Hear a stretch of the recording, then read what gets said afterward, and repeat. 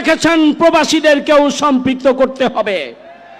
সংগ্রামী ভাইরা আমার, জুলাই এই সনদের মধ্যে আগামী দিনে রাষ্ট্র সংস্কার এবং সংবিধান সংস্কারের মাধ্যমে আগামী দিনে এমন একটি বাংলাদেশ প্রতিষ্ঠার স্বপ্ন থাকবে যে বাংলাদেশ আগামী দিনে নতুন কোনো ফ্যাসিবাদের জন্ম দেবে না। এই জন্য অবিলম্বে জুলাই সনদ স্বাক্ষরের জন্য সরকারকে পদক্ষেপ গ্রহণ করতে হবে।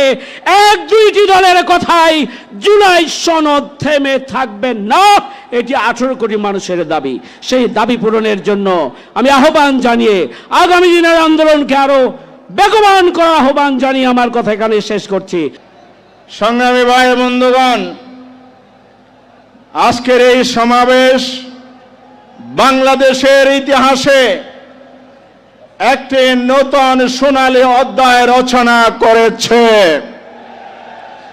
ইতিহাসে অবশ্যই একটি দিন হিসাবে স্বর্ণাক্ষরে লিখিত থাকবে। জামায়াত ইসলামী 7 দফার দাবিতে আজকে ডাক দিয়েছে, রাজপথ লোকে লোকারণ্য হয়েছে, মঞ্চ সুসজ্জিত হয়েছে। বাংলাদেশের সকল দেশপ্রেমিক গণতান্ত্রিক ইসলামী দলের শীর্ষ নেতৃবৃন্দ জাতির সাথে একাত্মতা ঘোষণা করছে। আমাদের 7 দফার দাবি শ্রদ্ধেয় আমির জামাত নেতৃবৃন্দ তুলে ধরবেন। একটি কথা বলে শেষ করতে চাই, বাংলাদেশে 54 বছরের ব্যর্থতার মূল কারণ কি? বাংলাদেশের ফ্যাসিবাদ দীর্ঘদিনের মানুষের অধিকার কেড়ে নেওয়ার মূল কারণ কি? কারণ অনেকগুলো থাকতে পারে, সবচাইতে মৌলিক এবং বড় কারণ হচ্ছে একটি ত্রুটিপূর্ণ নির্বাচন।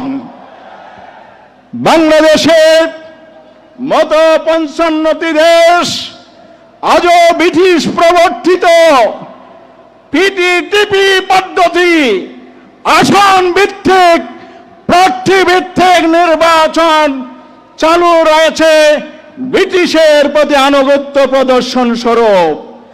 আর গোটা দুনিয়ায় ইউরোপ, আফ্রিকা, এশিয়া মহাদেশের অসংখ্য দেশে, শতাধিক দেশে পিআর পদ্ধতি চালু রয়েছে। 7 দফার অন্যতম দাবি অবিলম্বে নির্বাচনকে